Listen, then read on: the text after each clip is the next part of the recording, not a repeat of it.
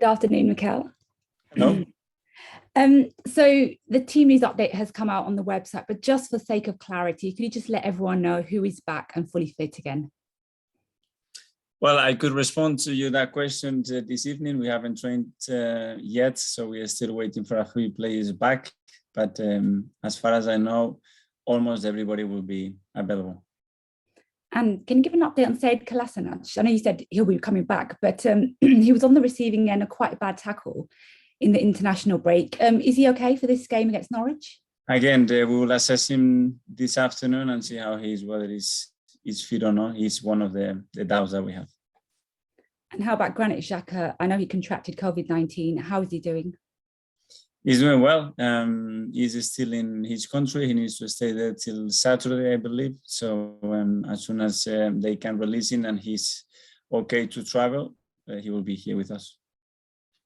And during the international break, Edu gave an interview in which he said that he's really looking forward to seeing all the players you've signed and everyone who's been out, obviously with injury, back in the team. How confident are you that when you do have a fully fit squad available again, that fans will see an upturn in results and performances? Well, I'm really looking forward to have everybody available and try to start the season the way we want. We don't want to use any excuses. We know how difficult the start was with injuries, with a lot of COVID issues that we had and extremely difficult games that we have to play. We have to reset now. We need to start, hopefully get everybody back on track and start to win football games, which is what we have to do. And of course, next up is Norwich at home. Does it feel like a must-win game? It always is at Arsenal, and the pressure is always there to be as high as possible on that league table. We need the first win. We're going to play in front of our fans after a disappointing start. So it's down to us to provide everything we have, performance-wise, to end the result that we want at the end. And they signed quite a few players in the summer. What have you made of the team that they've assembled? Well, first of all, what they've been doing over the years, how consistent they've been with the manager, with the style of play, and they've been up and down, but they haven't changed much. And it's a team that is a joy to watch, the way they want to play, the risks that they take, how attacking they are. I don't know what they would do against us, but so far what I've seen, even against top sides, it's been good, even though results haven't been good. And how important is a good performance from Arsenal this weekend as much as the result? I just want to focus on that because the performance we bring to the result, everybody's going to talk about winning. You have to earn the right to do that. And unfortunately, in the last few games, we've done basic things that haven't allowed us to compete in the games like we want. So if we do those rights, we'll be much closer to win football matches, and that will bring momentum and everything will change. Okay, thanks, Mikel. Thank you. Thanks for Charlie. Jeremy from Sky. Yeah, hi, Mikel. Good to speak to you again. The club is saying that Partey, Nketiah, Gabriel and White are all available. So in some ways, it was a good international break, wasn't it, to regroup and get some players back? Yes, I think we needed some break to try to get them back from different reasons. They've been missing long periods, and hopefully by Saturday we'll have a different team. Edu was speaking about the transfer policy over the break. Obviously, you were the highest spenders in the window. Edu's been defending the policy of buying players who are under 23. Does that really help you, though, right now, right here? You know, you've got players who are bought for the future, essentially. Yes, I think we have tried to explain the project and the decisions that have been made over the last few months and the transfer window, the amount of changes that happened in 2 years. I think is almost 30 players. And Edu explained it like I tried to explain it. We have all participated trying to create and build this project, obviously led by the owners and all the hierarchy at the football club. So it's a project that we believed in, that we have to assemble because it was the option that we believe it was the best for the future of the football club. And we all take responsibility, and because we all been involved in the decision, and now we have to make it work. The complexity in football is that you want to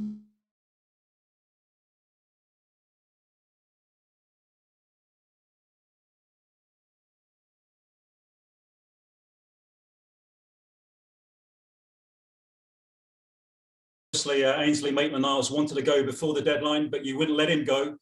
How has he reacted to that, and what kind of promise can you give him about first-team football now? Any private conversation with players, what we believe that the role that they can have in the team is always discussed openly, but privately, and that's the way we resolve all the matters and the way that one is resolved. And I am happy that he stayed. It was our intention, and he's another player in the squad. Obviously, Tomiyasu's been away with Japan, but how impressed have you been with him?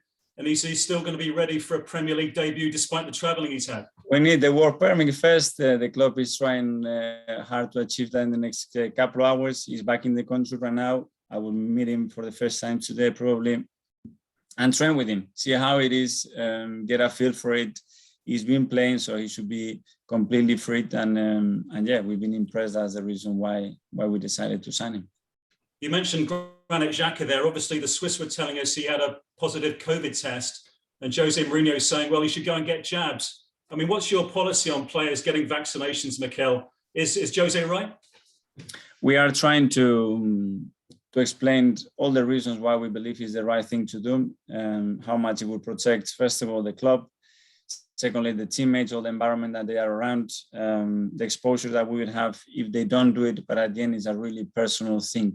Obviously, they will be limited in certain aspects if they don't, because we don't want to expose ourselves in certain things, but at the end, it's a personal matter, it's not an obligation, and we have to respect that. Couple of final points. How's Ramsdale been doing in training? And have you been thinking about a change at goalkeeper for this game? He's doing really good. He's training. He's a big competitor, somebody that is really pushy in training sessions. We knew that when we made all the recruitment process with the team. And now we have two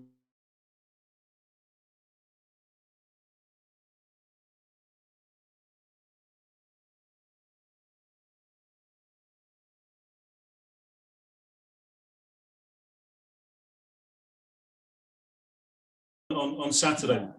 Obviously, it's nowhere near where we want to be. That's for sure. I think it needs a little bit of perspective of what happened.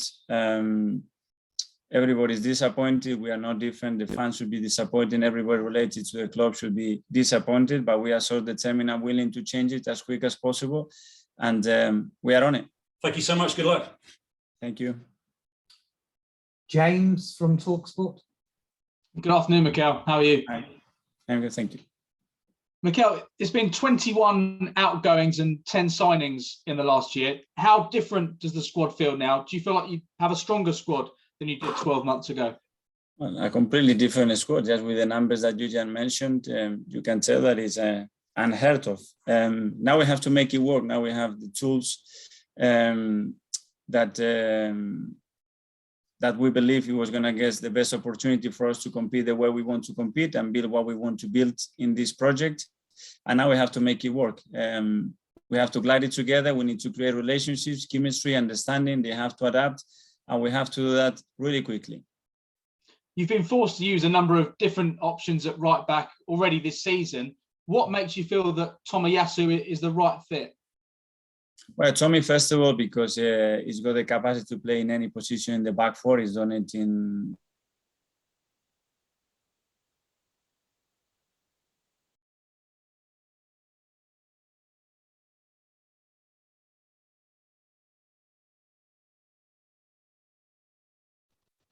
In terms of Ainsley Maitland-Niles, what response have you seen from him in the last couple of weeks? And what positions do you think he should be playing for Arsenal? Where are you considering him?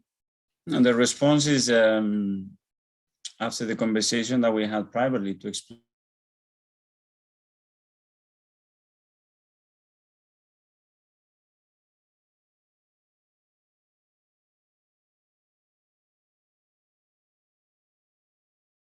He has embraced the opportunity, the chance. He knows quality in any squad, which is his versatility to play in many different positions. And he needs to become the best at doing that, because it's something that is very rare to find in football. Edu spoke earlier this week and he said that let's judge the team when you can put out the team you want to. Do you feel like you are close now to being able to field your preferred 11 or at least preferred squad?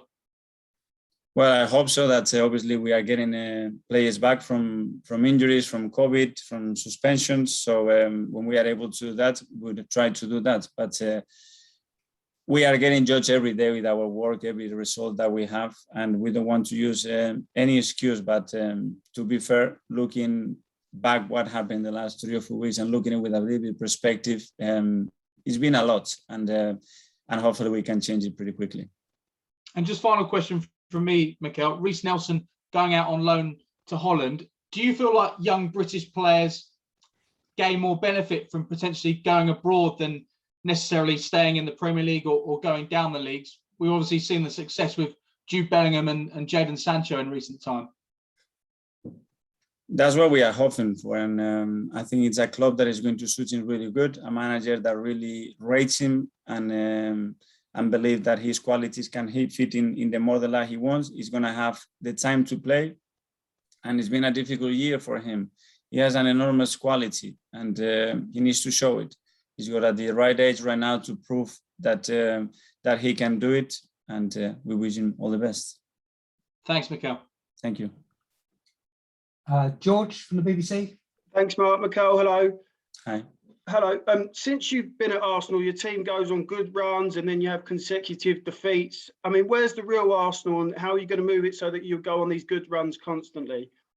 Well, having some consistency, meaning having some stability. And obviously we need to get that stability right when we are able to put the team out there in consecutive matches, building relationships, building understanding and getting momentum and wins. And hopefully we can do that pretty soon. So you've got all these new players and it's clear you've got this project and a new direction. You know, a lot of fans are still disappointed with the start to the season. Is it a case now there's no excuses, you've got to rise up the table?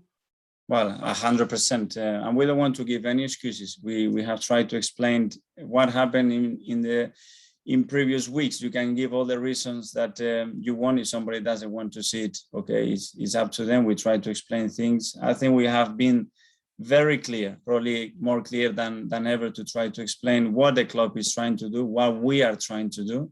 And now is to try to do it in the best possible way while everybody's understanding, but knowing that at this club, only one thing is acceptable, and is be the best.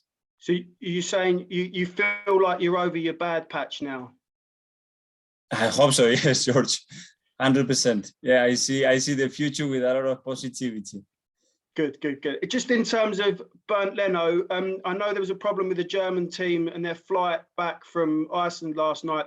Has he made training, and does that affect whether he could possibly start on Saturday or Aaron Ramsdale? We are training later just to prevent all those things happen, because we had some issues in the past. So hopefully he will be on time and he will be counted to be available for Saturday. And Ramsdale could start, or you're not decided yet? Any player can start. That's why we won the competition and raise the level in each position. That's why we recruited Aaron, and we know Bernd as well. What a fantastic goalkeeper he is. Okay, sorry. And the last one from me, Hector Bellerin leaving, what does that mean for his future, and how hard was it for him to let him go? Because he's been at Arsenal a long time. It's been a long time. He's been a really important part of everything that happened at the club in the last 10 years. He's an exceptional player, but an incredible person that he will be missed. To find somebody like Hector is not easy. He's been raised here with us and is loved by everybody at the football club. I have to say goodbye with sadness, but at the same time, I had to understand his position. He needed a new challenge. He's been needing for a new challenge for a while right now. So after discussing it for a long time, we had decided to let it go because we believed it was the right thing for him as well. Thank you. Nick from Haters. Hi there, Mikel. Good to see you again. Just looking at your selection options, you've got Ben White and Gabriel fit together for the first time. Are they your ideal first choice central defensive pairing now? There are one of the options. Obviously, they've both been signed since I've been here because they have the profile and the qualities that we are looking for. And now they have to establish a relationship, that cohesion in the backline, that it's really important. They have never played together yet, but they will do. So they can only do that by playing together, can't they? You have to get that. That's the only option. Train a lot together and play a lot together. And similarly in midfield with Thomas Partey back again, is his partnership with Lokonga something we could be seeing? Is that an ideal midfield partnership, the reason you signed those players? Depending on who do we have available and the formation that we're going to use. If we're going to play with 2 holders, with 1 holder, we would have some options there as well. With the arrival of Martin, having Emil as well, he can play in those pockets. It will depend. Talking about Emil, he came home from the under-21s because he was unwell. How's he? Yeah, he's carrying an illness. He's not been feeling good. He could not stay there. And the England national team was really positive about letting him go because everybody could see he wasn't available. So let's see how he's in the next couple of days. Not just another couple of players. Flo Balogun, he started the first game, on the bench for the second, but we haven't seen him in the squad for the last couple of games. How's he getting on? Well, he made his debut against Brentford, and he played the following game against Chelsea as well. So it's been a big step for him in the last few months. He's done all the preseason with us, so he's already done a lot in few months. So he's not quite ready to be involved regularly then? Well, he's another player in the squad that has to fight for his place and show that he's available to do that. Okay, finally, can you have just a quick word on Jack Wilshere, who's been training out in Italy, unable to get a club? What's your thoughts on his situation? And would there ever be a chance of him training with you guys again? Sorry, can you repeat the question? I was just talking about Jack Wilshere. Jack Wilshere. He's unable to get a club. He's training out in Italy. Just your thoughts on his situation. And would there ever be a scenario where he was training with Arsenal again? Someone that I know, that I share dressing room, someone it's so loved around the club with every person here. And our doors are always open. Okay, good stuff. Good luck on Saturday. Cheers. Thank you. Thanks, Nick. We'll come to Simon at the standard. This section